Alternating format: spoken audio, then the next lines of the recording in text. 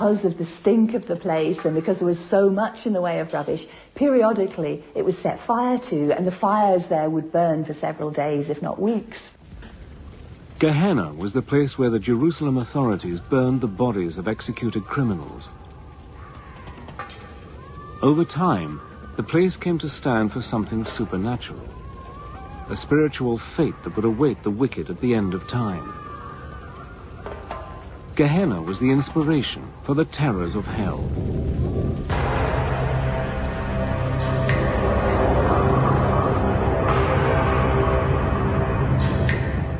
By the time the Christian Gospels are written, towards the end of the 1st century AD, Satan has grown into a powerful figure. By now, Jewish lands are ruled by the mighty Roman Empire. It was a time when the Romans were hated bitterly.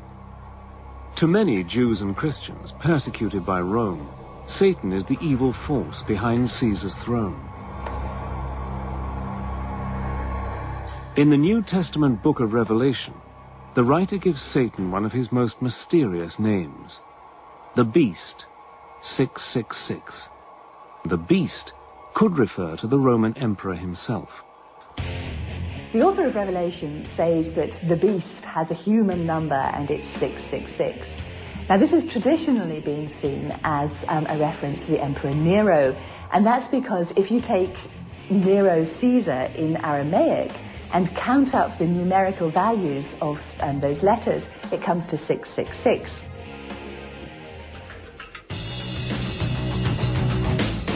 The book of Revelation says that the devil was sent down by God into the abyss, where he will be locked up for 1,000 years. When he gets out, the end of the world will come. An apocalyptic battle will take place as good and evil fight it out to the end. Satan will be let loose and will put up a final attempt to rule the world. This is kind of the dragon of chaos back again. This is evil opposed to God. So it's drawing on very, very ancient cosmological speculation, not so much from Judaism itself, but from the surrounding areas, particularly the Persians. So what does the devil look like at the dawn of the Christian era? Often he's got black skin and hair, like Hades, ruler of the underworld. His wings echo the story that he was once an angel, although they look more like the wings of a dragon. For thousands of years, the dragon was the symbol of an evil force. And it's from the dragon that Satan inherits his taloned feet.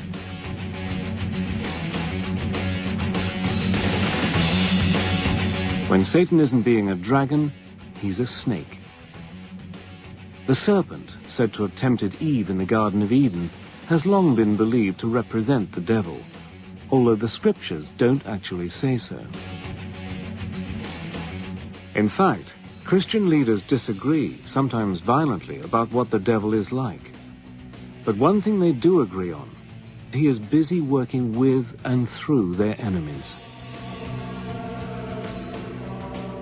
4 centuries after Christ, a Roman emperor, Constantine the Great, converts to Christianity. Within a generation, the once persecuted religion is the official creed of the mightiest empire on earth. Christian bishops now have real power, backed up by the state, and they use Satan to help them keep it. Again and again, church leaders claim that those who disagree with them, especially other Christian groups, are working for the devil. As Constantine made it the state religion and a state church and an established religion, what Constantine and his immediate successors found hardest to put up with was heresy. Catholic theologians would have said that because heretics didn't believe the correct Catholic faith, they must be worshipping the evil one instead, God's enemy. The logic is relentless. It's us and them. If you're not with the church and the empire, you're with Satan. It's a short step for the church to demand that heretics be put to death. The first executions come 450 years after Christ. Over the following centuries, the numbers of people killed for supposedly working for Satan grows to many tens, possibly hundreds of thousands. Under the protection of the Roman Empire, the Christian religion grows quickly. But the bishops worry that the pagan gods are far too popular. Thousands of Romans still pray to the winged goddess Fortuna, the bringer of luck. But the most popular pagan god of all is Pan. Christian leaders see him as a serious threat who must be discredited. Let's think of the case of Pan and in Arcadia, and he becomes a sort of demon, whereas he was actually a very benign god of music and happiness and lovemaking and altogether to be admired, but becomes a goat-legged demon, a satire, in the later Christianized versions of it. Satan now adopts Pan's best-known features. He becomes an ugly, leering beast with horns on his head. His body is hairy, and he has Pan's cloven hooves, although sometimes he keeps the taloned feet of the ancient dragon. So outlandish has he become that he often has a second face on his belly. One of the greatest thinkers of the early Christian church is St. Augustine. Augustine is keen to show that the old nature gods are dangerous demons.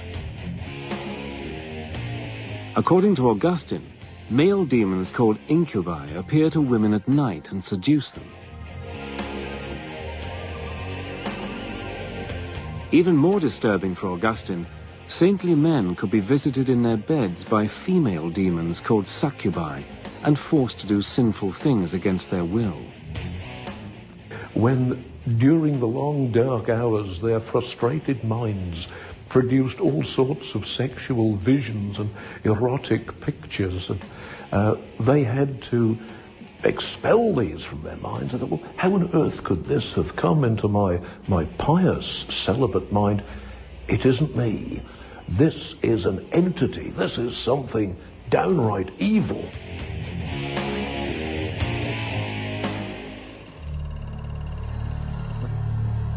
By the Middle Ages, after 1,000 years of Christian teaching, the Church has persuaded its followers that the devil and his demons are real, and that Satan is a powerful enemy.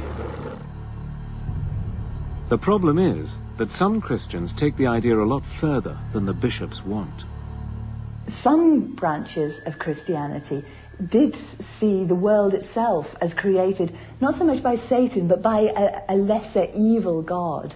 And so for them, of course, everything to do with the world, with matter, with human flesh, was seen in negative terms. We do find the emergence of something called Gnosticism. Gnostic Christians carried with them this very clear notion of a good God and a bad God. There's the good God who created everything spiritual, and there's the evil God who created everything physical, which means that everything that you can see or touch or sense with any of the five senses is actually coming from the evil God.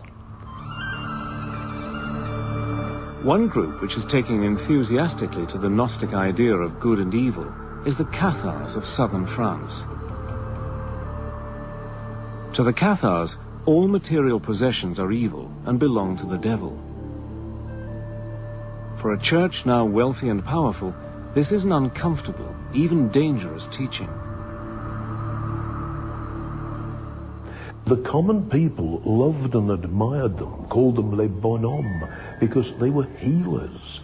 When the Cathars went around doing good, as they most certainly did, feeding the poor and healing the sick, so they were teaching people to avoid marriage, to avoid procreation, because all you will do, if you have a family, is to bring that new child into this decadent, evil, physical world where we should all be concentrating on spirituality. If you were a Catharist, then you were actually in league with Satan. To question the church was to question God.